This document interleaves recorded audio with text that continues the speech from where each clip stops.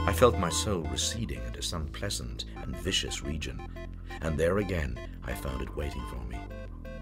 It began to confess to me in a murmuring voice, and I wondered why it smiled continually and why the lips were so moist with spittle. But then I remembered that it had died of paralysis, and I felt that I too was smiling feebly, as if to absolve the simoniac of his sin. We pleased ourselves with the spectacle of Dublin's commerce. The barges signalled from far away by their curls of woolly smoke, the brown fishing fleet beyond Ringsend, the big white sailing vessel which was being discharged on the opposite quay.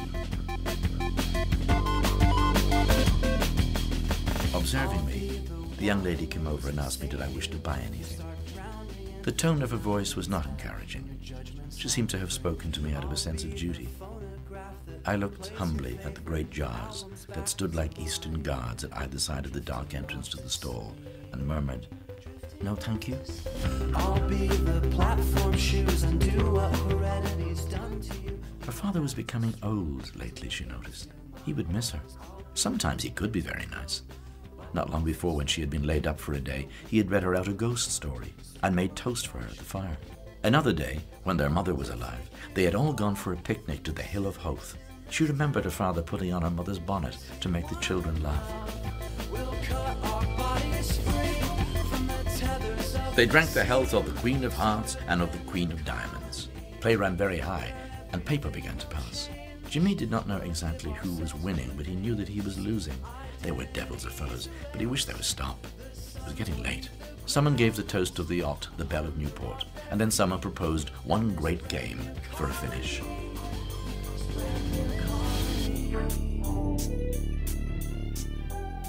Two young men came down the hill of Rutland Square.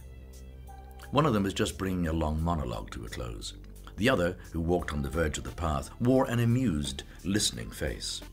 His eyes, twinkling with cunning enjoyment, glanced at every moment towards his companion's face. When he was quite sure that the narrative had ended, he laughed noiselessly for fully half a minute.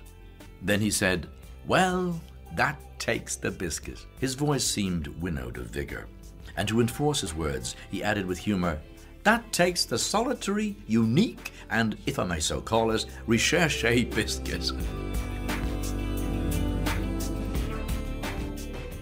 While he was sitting helplessly on the side of the bed in shirt and trousers, she tapped lightly at his door and entered. She told him all, that she had made a clean breast of it to her mother, and that her mother would speak with him that morning. She cried and threw her arms round his neck, saying, "Oh, Bob, Bob, what am I to do? What am I to do at all?" She would put an end to herself, she said.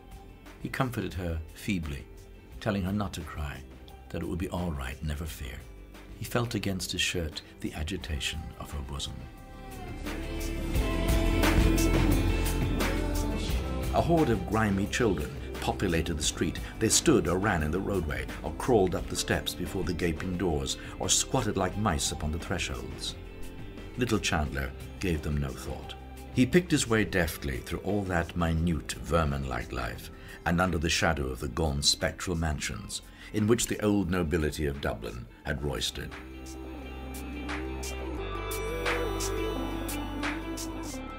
"Now you let the fire out the next time," said the man, striking at him vigorously with the stick. "Take that, you little whelp!" The boy uttered a squeal of pain as the stick cut his thigh. He clasped his hands together in the air, and his voice shook with fright. "Oh, Pa!" he cried. "Don't beat me, Pa, and I'll say a Hail Mary for you. I'll say a Hail Mary for you, Pa, if you don't beat me. I'll say a Hail Mary."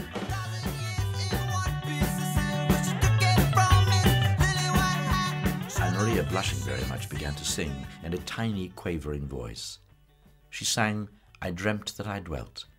"I dreamt that I dwelt in marble halls, with vassals and serfs at my side, and of all who assembled within those walls, that I was the hope and the pride."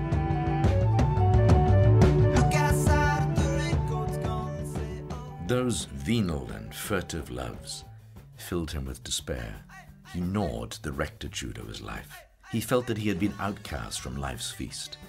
One human being had seemed to love him, and he had denied her life and happiness. He had sentenced her to ignominy, a death of shame.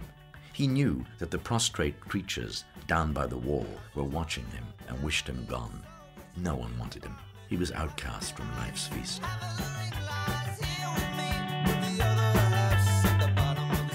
May everlasting shame consume the memory of those who tried to befoul and smear the exalted name of one who spurned them in his pride.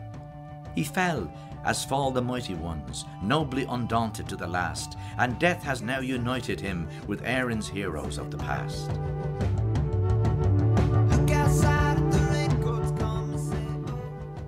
Everything went on smoothly. Mrs. Carney brought some lovely blush-pink charmeuse and brown Thomases to let into the front of Kathleen's dress.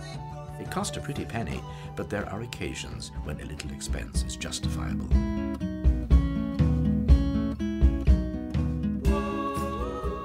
Jesus Christ was not a hard taskmaster. He understood our little failings, understood the weakness of our poor fallen nature, understood the temptations of this life. Ladies and gentlemen, a new generation is growing up in our midst. A generation actuated by new ideas and new principles. It is serious and enthusiastic for these new ideas. And its enthusiasm, even when it is misdirected, is, I believe, in the main, sincere.